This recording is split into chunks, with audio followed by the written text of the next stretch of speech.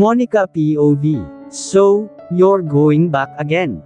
Pagtatanong ni Trina noong binisita niya ako. Tumango ako habang busy sa pag-iimpake ng mga gamit, at nilagay ang mga iyon sa malita. Aside from receiving the news from Adriano, na umalis si Nanay Adora sa tinitirhan nito, may bago siyang impormasyong nakalap, na mukhang malaking tungkol para sa hinahanap ko. That's why I need to go now. And I'm going to stay in the Philippines for good now. May kailangan akong makausap, na mukhang maghahatid na sa akin sa katotohanang hinahanap ko. Ako na mismo ang aalam, kung ano ba talaga ang ibig sabihin ng lahat ng ito. Yes, Trina. At kailangan kong kunin ang Pimentel mula kay Darius. I can't just let him manage the hotel. I'm working hard for it, at pinaghirapan din iyon ng mga magulang ko. Tama lang naman na ako ang humawak niyon, di ba? Napapabuntong hiningang tanong ko. Nagkibit balikat naman si Trina. But he's your husband, Cass. Hindi naman siguro nito gugustuhin na mapasama ang Pimentel.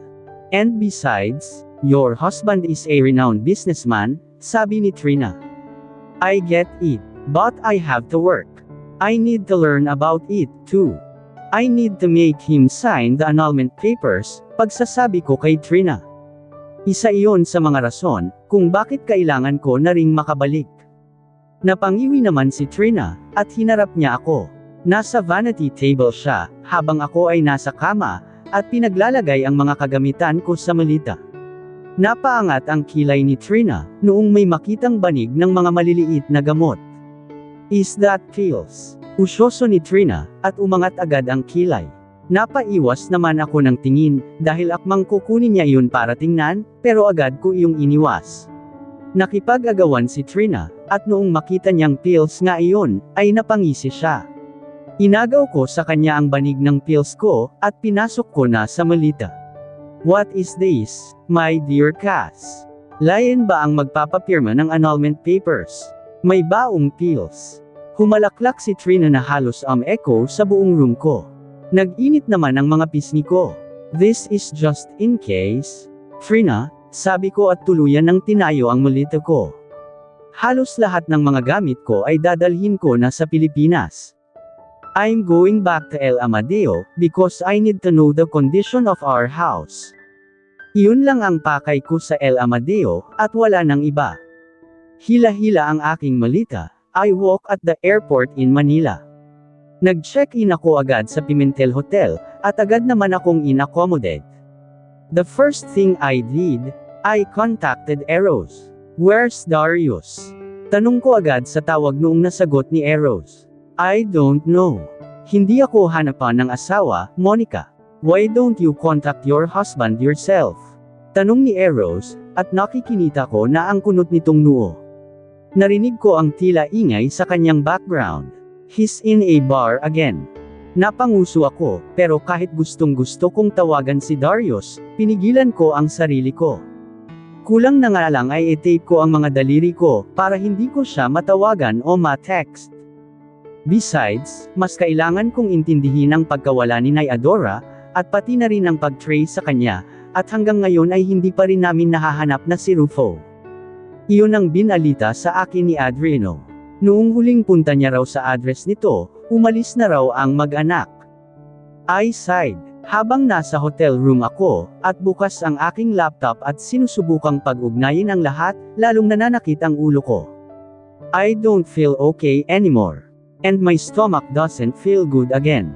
There must be a deep reason, para mapapayag ni Nay Adora ang mga kasama niya sa bahay na iyon, na umalis sila at lumipat, dahil hindi biro ang lumipat ng bahay. It must be really a threat to them, my presence. At bakit parang takot na takot siya? Hindi naman sila ganoon sa akin ni Rufo noon. Para ko na siyang naging magulang kaya, hindi ko maintindihan. Bakit naman ganito? Hindi ko maiwasang maramdaman ang kirot sa aking dibdib. Na-miss ko na si Nay Adora, and somehow, nakaramdam ako ng guilt, dahil sa ilang taong lumipas, hindi man lang ako nakakumusta sa kanila. Palaisipan pa rin sa akin ang nangyari. I feel so eager na malaman ang katotohanan. Kinuha ko ang susi ng sasakyan. Hindi na ako nagsabi kay Adriano, na gusto kong makita ang bahay ng mga Pimentel dito sa Maynila. With my mind being clouded, I drove to our old house.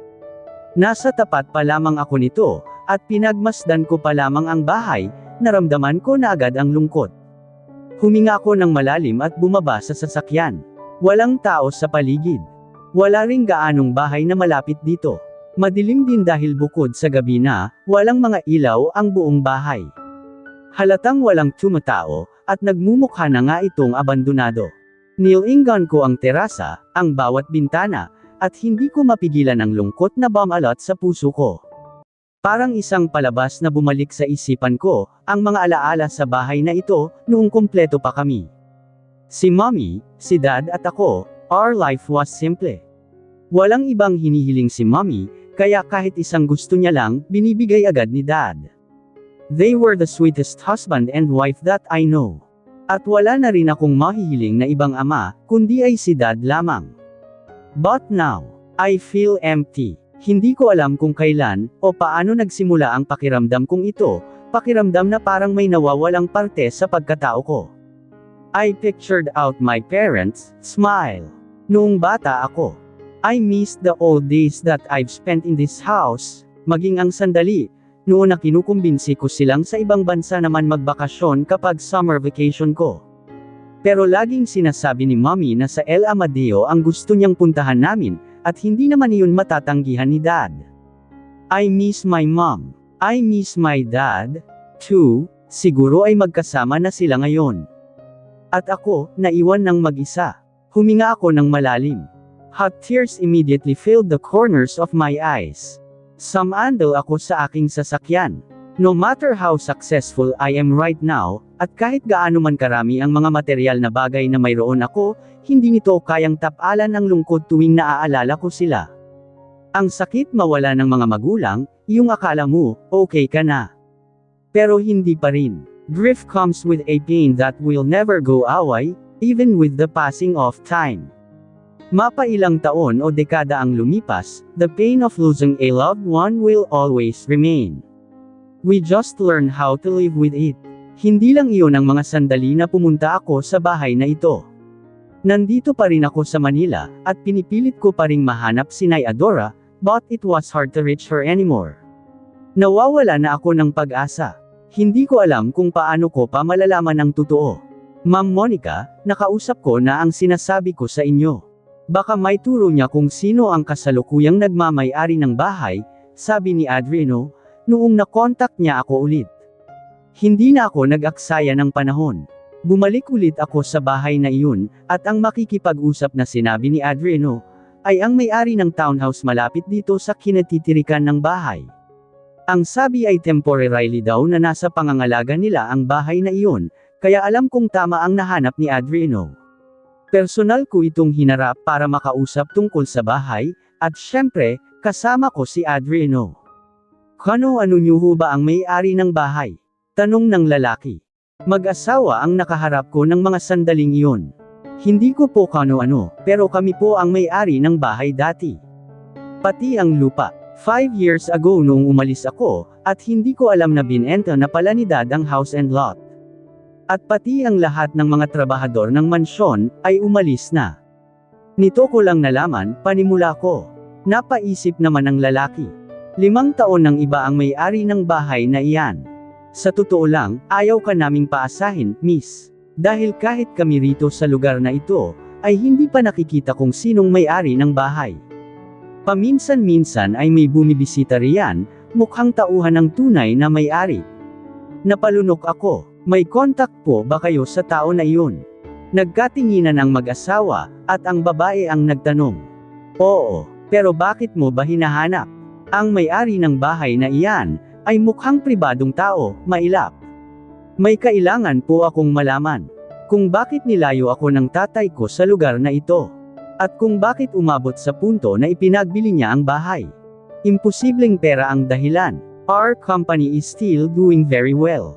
Paangat ng paangat ang Pimentel Hotel hanggang ngayon, kaya imposibleng pera ang dahilan ni Dad, kaya binente niya ito.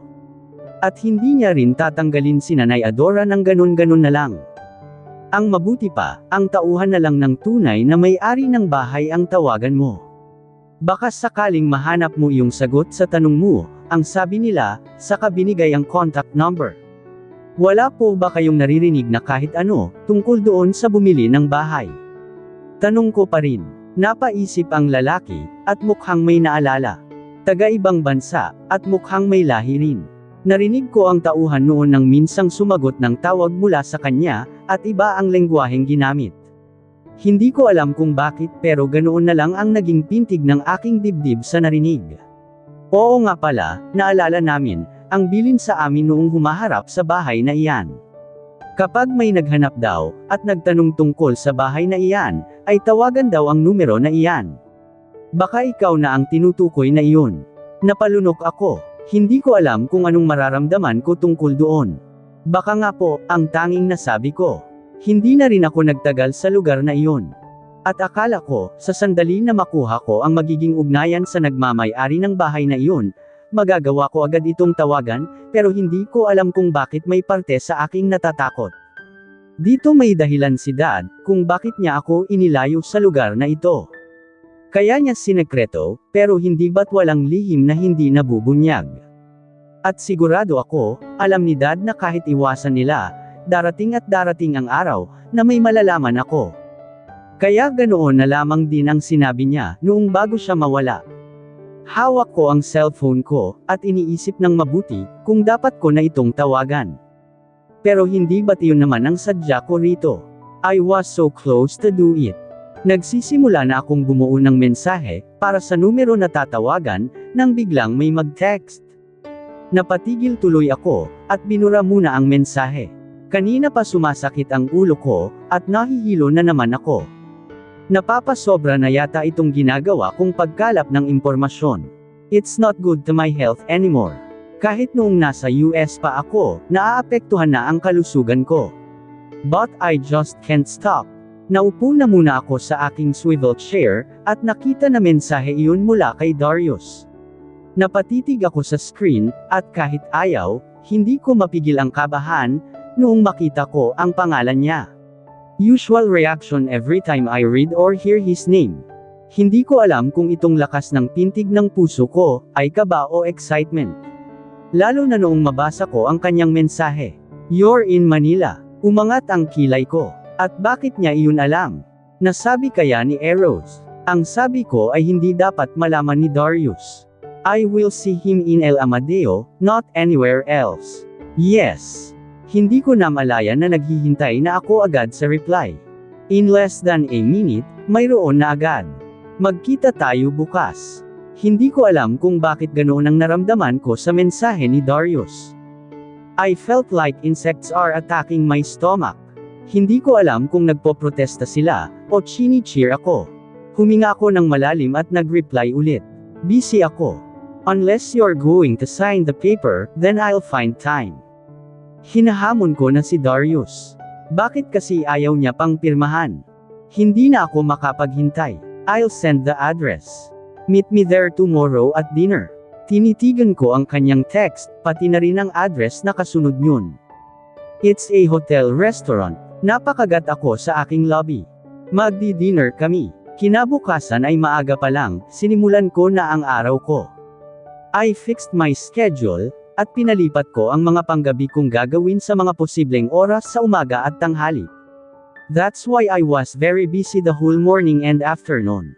Halos, di na ako nakapag-lunch. Hindi na nasundan ang mensahe ni Darius, pero hindi ko na rin hinintay pa at natulog na. Hinintay ko na lang ang dinner kinabukasan. At noong hapon na, hindi ko nga namamalayan, na panay ang sulyap ko sa orasan kahit nasa meeting pa ako. I'm also thinking about what to wear. Dapat pala namili na ulit ako ng damit. Are you in a rush, Miss Monica? Tanong ng sekretarya, noong natapos na ang meeting.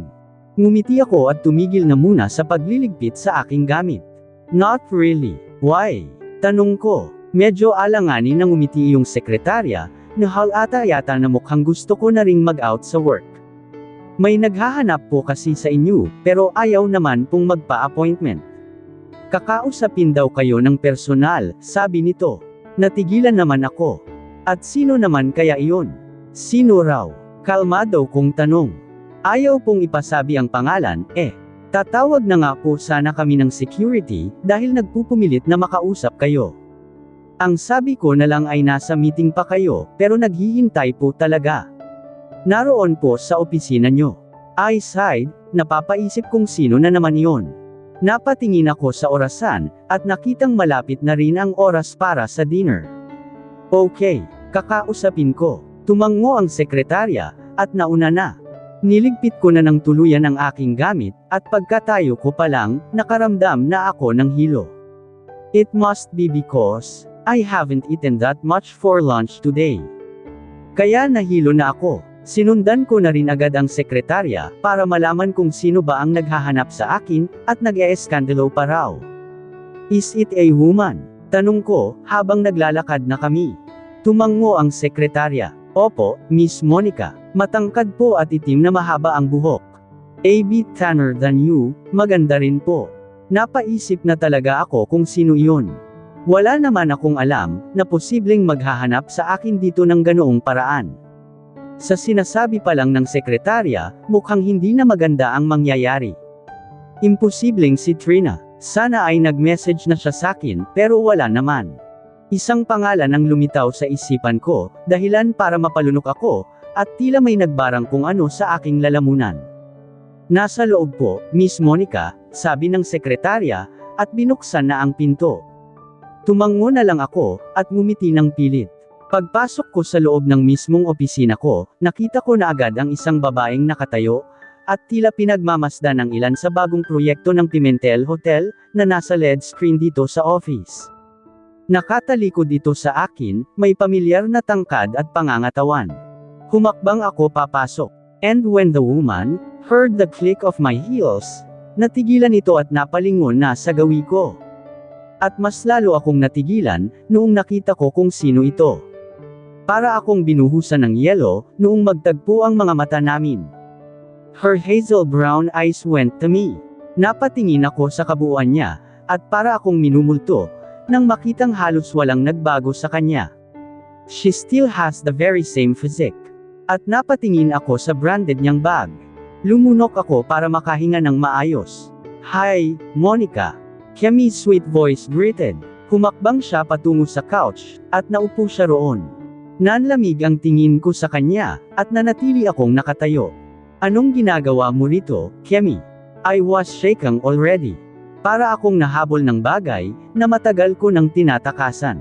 Para akong nahabol ng taong pinagkakautangan ko, ng malaki at ngayon, handang-handa nang maningil sa akin. Hindi ko alam na ganito ka-unwelcoming ang Pimentel Hotel. Hindi man lang ako inalok ng juice, sabi ni Kemi, at ngumiti ng matamis. Halos tulala ako, ang lakas ng pintig ng puso ko, and I don't know how to face her. Kahit ganoon, sinikap kong huwag ipakita ang panghihina ko. Naglakad ako patungo sa intercom, at nagtawag ng maghahatid ng inumin. What do you want? Tanong ko kay Kemi. Sumilay ang mapaglaro niyang ngisi. Can you really give me what I want? Natagalan ako sa intercom. I stared at her, too. What do you want, Kemi? Naghihintay ang sekretarya. Kemi didn't look interested sa paghihintay ng sekretarya para sa kanya. Nagawa niya pang dumkwatro, at pinatong ang mga kamay sa armchair. What if I say, that I want your husband? Umangat ang kilay niya sa panunudyo. Napakurap ako, napalunok ako at madalas, magseselos agad ako ngayon. Pero hindi ko alam, panlalamig ang naramdaman ko.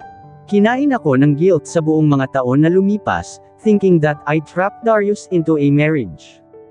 Just because I'm insecure about Kemi, and didn't want them to end up together. At para parusahan si Darius, dahil sa pagpapaikot niya sa akin noon. I married him and left. At ngayon, nasa harapan ko ulit ang babaeng dahilan ng lahat ng iyon. What do you want, Kemi? Tanong ko, malamig ang tingin. I was acting brave, but I'm shaking so much inside. Juice, sagot ni Kemi at ngumiti. Sinabi ko iyon agad sa intercom, at umikot na patungo roon sa upuan ko. Sinusundan niya ako ng tingin. And it took me a lot, para hindi lang maipakita ang panginginig ko sa kanya. Anong kailangan mo? Ang sabi ng sekretarya, ay ayaw mong magpa-appointment. Mahina hong sabi ko at naupo na. Hinarap ako ni Kemi. Para talaga akong hinampas pabalik sa nakaraan, because she looked exactly the same. Except that her lips now are in the shade of red, not the usual pink she used to have. Nakabalik ka na pala sa Pilipinas, malambing na sabi ni Kemi. How are you, Monica? Hindi ko alam kung bakit niya ito ginagawa, kung bakit hinaharap niya ako ulit, pagtapos ng lahat ng taong lumipas. Be direct to the point, Kemi, seryosong sabi ko. She chuckled lightly. Noong dumating ang juice ay kinuha niya iyon, at uminom doon. Napaka-impatient mo talaga, no? Since you were young, you've been like that, tila puna ni Kemi.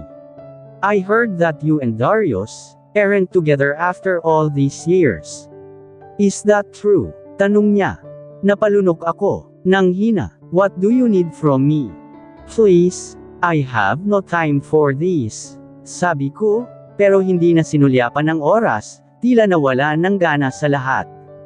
I've been really busy the whole years. I had to work multiple jobs, so we can rebuild a company from the scratch. Hindi ko malaman kung nagpapaawa ba siya roon o ano. Kemi sighed at tiningnan niya ulit ako sa mga mata. You know what you did, Monica. Huwag kang magmaang-maangan. At baka kapag sinabi ko sa iyo, ang lahat ng nangyari sa pamilya namin, dahil sa kagagawan mo, because of your mistake, baka hindi kayanin ng konsensya mo. Lalo akong napatingin sa kanya. Kung alam niya lang. Kahit hindi niya yan sabihin, matagal na akong kinain ng konsensya ko. Hindi pa nakakaisang taon, nilunod na. Sinira mo ang buhay ko, Monica. Every dream I had, you ruined them, all the good things in my life. You destroyed the Hermosas, wala ka ba talagang konsensya? Hindi ako makasagot. Do you want me to describe it to you? Nakailalim ang galit na tanong ni Kemi. Napakawalang puso mo talaga, Monica. Look at yourself, striving, youthful, carefree, and you have everything. Pero ang dami mong sinira. Gusto ko siyang pahintuan, pero lahat ng sinasabi niya, diretso ang tama sa sistema ko. Ginaising nito ang alaala ng nakaraan, at ang guilt ko, ang parte ng sarili, na hindi ko pa napapatawad. Tiningnan ako ng maigi ni Kemi. Inosente siyang ngumiti, at bumalatay ang lungkot sa mukha niya. You ruined my dreams, Monica. Sinira mo lahat. You made my life miserable, na halos tapusin ko na ang buhay ko. Pero nagsikap ako, that's why I'm still alive in front of you. I wanted to speak, but there were no enough words. At nakuha mo si Darius, pero alam mo kung bakit siya nasa iyo. Halos pabulong niyang sinabi bago nang uuyam ng ngumiti. Gusto mong sabihin ko sa iyo, Monica, kung ba't ka pinakasalan ni Darius?